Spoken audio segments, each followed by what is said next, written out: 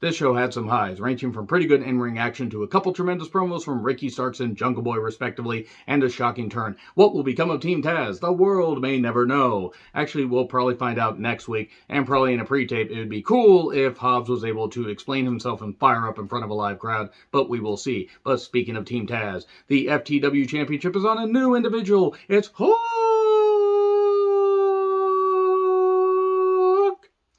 But with highs come some lows, like Chris Jericho sucking the very life out of every goddamn thing he is involved in. He sucks the potential out of any talent that is around him, any talent that has the potential to actually get any better. A potential sucker.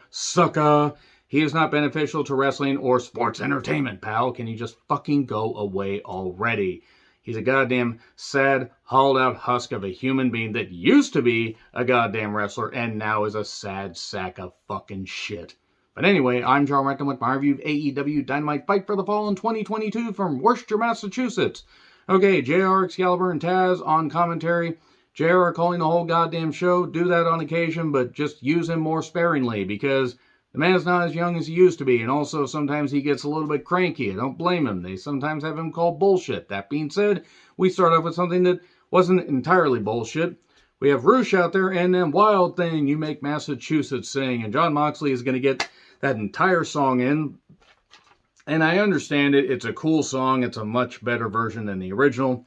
But still, it is an AEW Interim World Championship Eliminator match. God, that is so fucking wordy. Basically, if Roosh wins, he gets a shot at the title. There you go.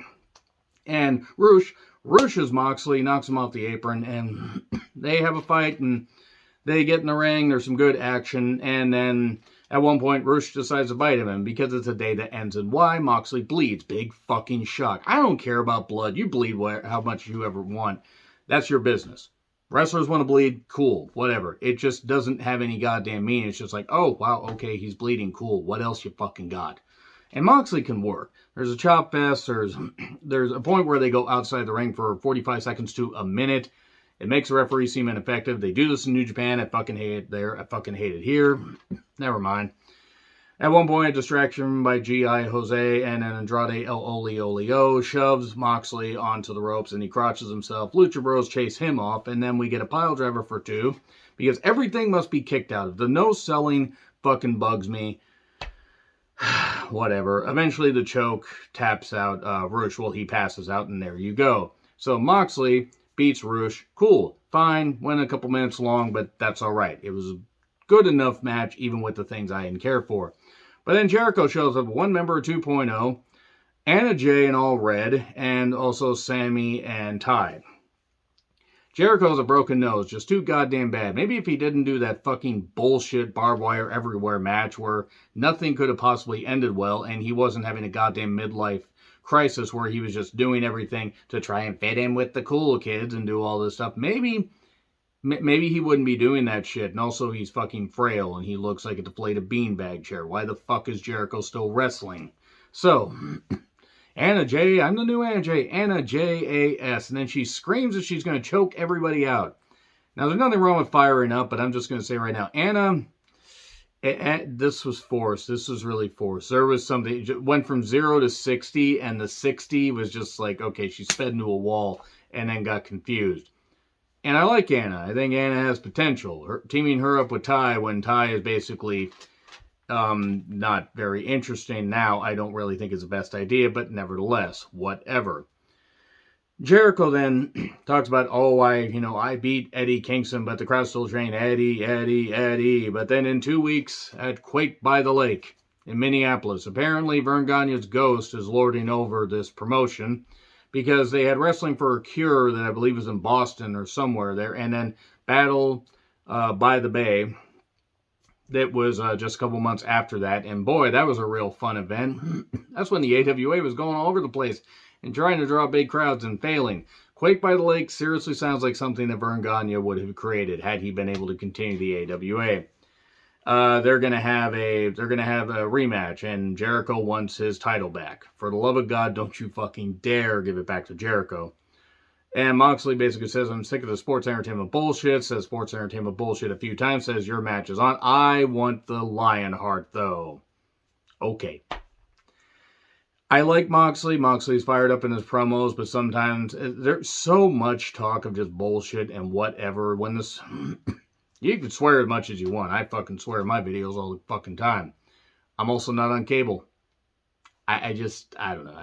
It just loses all meaning. It's like the blood. It just loses all meaning. When you do also the hardcore stuff and the hitting people with stop signs and road signs and whatever 37 times, every couple weeks, it gets dull. So cool. They're going to have a match. Moxley better fucking win. If Moxley doesn't win, it's going to be disappointing. The only way I will accept it is if Jericho wins, if Eddie Kingston beats him at All Out and gets a huge pop. There you go. I don't think it's going to happen. And this Eddie Kingston versus Jericho match or feud should have ended, but no, it's gone on way too long. And it's now gotten to the point where Eddie is about as over as he's going to be. I don't know. By the way, Trios Championships are coming. They're just sitting there on the announcer's desk. There's going to be a tournament. And then the finals are going to be at All Out. The tournament field will be announced at some point. Expect the Bucks and Kenny Omega to win. Why? Because at this point, none of them can really carry a full match on their own, so why not just, share the workload? And also, why not make the Trios titles jokes right out of the gate?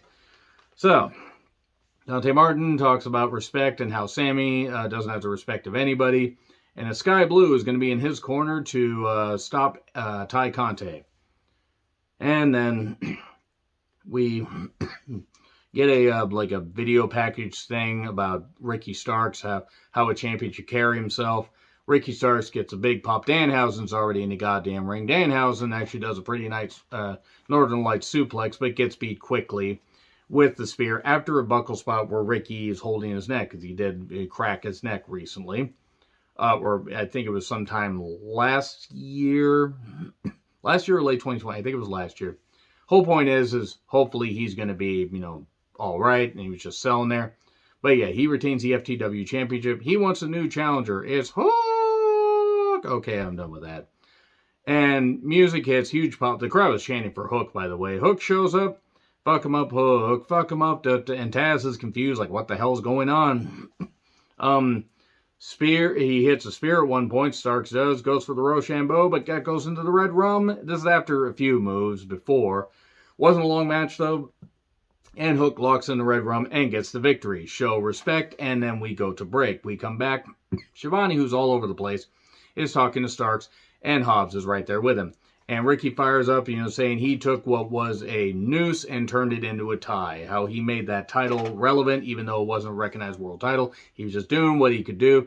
His time is now. That's why me and Hobbs, boom, just hits him and beats him up. And we get massive boos. Okay, it kind of makes sense because Ricky has been taking the pin in a lot of these matches.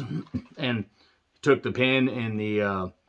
and I believe both of the tag title matches, if I recall correctly, the one at Double or Nothing, and then the one he took the pin when Swerve and Lee won. So, okay. That makes sense. If they go that route, I'll get it. Hobbs will be like, Ricky, you talk a big game, but every time we're in a championship match, you always lose. You were holding me back, or something like that. Then the Acclaim do a pre-tape. They're going to show a music video, and then they're going to beat up the Gun Club. Okay, they're going to have a match at some point, either on Rampage or on Dynamite or at some point. Dante Martin with Sky Blue took on Sammy with Ty Conte. The most uninteresting couple in the world. Flippy shit with more flippy shit. Look, Dante has something. Sammy is about as good as he's ever going to be. We've seen pretty much everything Sammy can do. I do want to say this. I like Sky Blue, and I think she has potential, but they made her ineffective here. Ty Conte was causing distractions by just simply existing, which kind of makes sense. Sky Blue did nothing, and eventually, GTH 1, 2, 3. By the way, they did a whole bunch of dives. At one point, earlier in the match, Dante did a stage dive and just cracked Sammy on the head, but Sammy did get the victory later with the GTH. Then we get a beatdown, where at one point, Sky Blue runs in, and then Anna Jay runs down. They beat her up, and then Destination Unknown, Ruby Soho, Eddie Kingston out to a pop, as well as Ortiz. Remember when Ruby was going to be like the next big, woman that they signed to the roster, and now she's totally ineffective? And we're coming up on a year since that happened. Whew. So, yeah. I think JR jumped the gun on the fact that they were going to get a tag match at some point. Like possibly on Rampage, who knows? I think we're going to get Ruby and Sky Blue against Ty and Anna.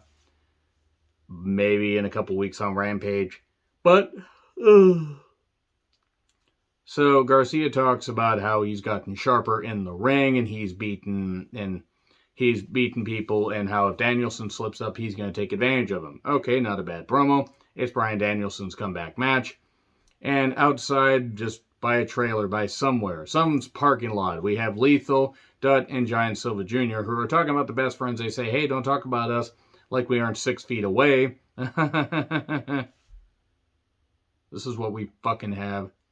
We got these guys in loud-ass tie-dye suits so loud that blind people from fucking Saturn can hear them. Anyway, we're going to have a 6-man match on Rampage. I know what I'm not going to care about. By the way, Dutt wanted to be in the match and then realized, hey, wait a second, I haven't wrestled since 2017. What the fuck am I doing?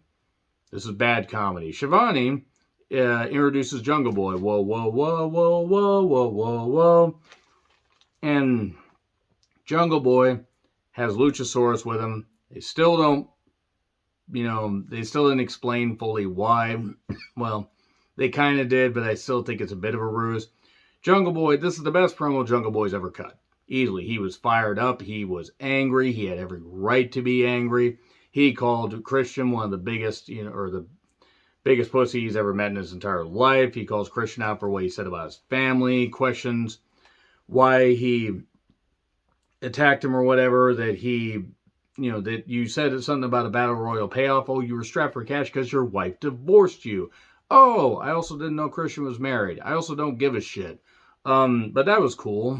And then mentioned, about like villains in the movies, turtlenecks and small pricks.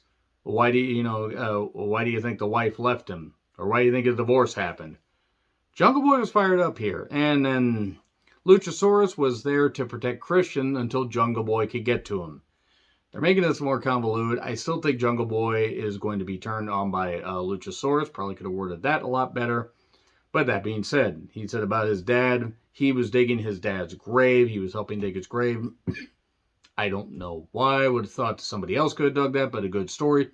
Christian interrupts and basically says, well, he was going to help take Luchasaurus to Funky Town. No, he's going to take him to the Promised Land. And he said, well, I draped that leather jacket over your face, and the next time I will drape a body bag over you. And you talk about your father. Well, after I'm done with you, you can cozy up next to him, and that you told me all your secrets. I'm going to use them against you. Okay, sign me the fuck up. I'm all for this. And then the Bucks are backstage talking to Cutler about the trios titles. Cutler suggests being a partner. They said no. Here's Hangman. Apparently it's his birthday. Hopefully Hangman Page had a good birthday. And they were talking like children. Speaking of children, here's a goddamn Dark Order. There's some good stuff, and I'm sorry, but anything the Bucks are involved in is just fucking ridiculous. Because they don't act like normal humans. They don't dress like normal humans. They're not even close to the best tag team in their own company. They're fucking jokes. They've always been jokes, quite frankly. Speaking of jokes, here's Nice and Mark Sterling. Actually, Nice isn't a joke. Nice is just there. But Mark Sterling, they took on Swerve. Lee was banned from ringside. And 205 Live never died. Swerve pinned Sterling at one point. Backstage, Lee was taken out by Josh Woods, who is a former Ring of Honor Pure Champion, I believe. I think he was at Final Battle. I believe he was. Whatever their last pay-per-view was, it was in 2021 before Tony Khan purchased it. Then Swerve attacked by Nice. Okay, Josh Woods and Nice as a team. Okay, I like Josh Woods in the matches I've seen him in. Okay. Bit weird, but whatever. House of Black. Where are they when they film these things? Genuine question. Where are they? Something about Miro. He is going to be Malachi's new friend. Malachi's going to help him take down God or something. And then Brody King mentions why he's attacking Darby. He's not going to stop until he puts him in a coffin. So I want to have a coffin match with you. Let me know what kind of flowers you want. You want on your tombstone. Okay. A lot of killing and grave digging on this show. Where was Penta with his shovel and his gravestone? So, clips of Pac and Rosa overseas. Or Pac, whatever. Rosa took on Mia Yamashita. I think that's how it's said. I don't know. I'm Yamasta. I believe that's how the commentary said it. I think Excalibur said that. So, Miyu's taking on Thunder Rosa, AEW Women's Championship match. I know that Miyu wrestles for TJPW, I believe. And I've seen enough matches from there to recognize that there are some talented women there. They need to take 30 seconds to a minute. They need to show, why should we fear this woman? Why is this woman, it's like, yes, she beat Thunder Rosa, but why should we fear her? What is so good about her? Oh, she can do these moves. She can do this. She beat this person. Okay, even if it's just a minute package, and some of these names may not mean as much, you see her beating people, okay. They didn't do that. They got to start doing that stuff if they're going to bring some people in. And I love Thunder Rosa. What a fucking talent. One of my favorite wrestlers going today. Has been for the last number of years. She's worked hard. She's improved her game. She's continued to get better. And she should be featured better as the AEW Women's Champion. The fact she hasn't been is a fucking joke. And I know she makes other appearances and she runs her own promotion. I get that. But AEW still could utilize her better. She is their Women's Champion. Why is she not being featured better? That's just my take. How was this match? It was well wrestled. There were a few spots that were a little bit awkward. And that's not for lack of trying. There was a bit of an awkward apron spot. A beautiful Northern Lights suplex by Thunder Rosa. Some good kicks from Miyu. And then it got a little bit awkward, but eventually good finish. Fire Thunder Driver 1, 2, 3. Thunder Rosa gained the victory. Good call. Show respect afterwards. Good stuff. Again, feature Thunder Rosa more. I would have her hold the championship after All Out and hold it to at least Full Gear. Give her something to sink her teeth into. She's talented enough to have some great feuds. Otherwise, you're just making your women's champion seem like a goddamn joke while you push the TBS championship with somebody that makes Goldberg look competent by comparison. Sorry. Feature Thunder Rosa. What is wrong with that? Just cut a couple minutes out of a couple of these matches that shouldn't go that long and give Thunder Rosa like a 1-minute promo to do if you're not going to feature her in the ring. And then have the occasional defenses or the AEW Women's World Championship Eliminator. Just do something. Feature your women. Feature your women more prominently in better spots. Otherwise, what's the fucking point? It just undercuts the talented women that are trying. Rampage is going to have Ethan Page and Leon Ruffin, Seidel and Lee Moriarty, Anna versus Ruby, Lethal and Co. versus the Best Friends, Dynamite, the Undisputed Leader back. I'm glad Adam Cole, Bay, is feeling better, but never, I don't care. Undisputed Elite, who really fucking cares? Thunderstorm versus Britt and Jamie Hayter. Matt Hardy versus Christian, because we are never going to be rid of the mid-2000s. Dynamite in Toronto in October. Okay, cool. I wonder when they'll come to Washington State. Probably during the snowstorm. Because why be smart and come here when the weather's good? Danielson versus Garcia. The comeback match. Jericho was on commentary and my interest immediately went down. Jericho provides nothing on commentary. Garcia kept targeting in the head. Danielson kept firing up. He was bleeding at one point. He kept selling the concussion.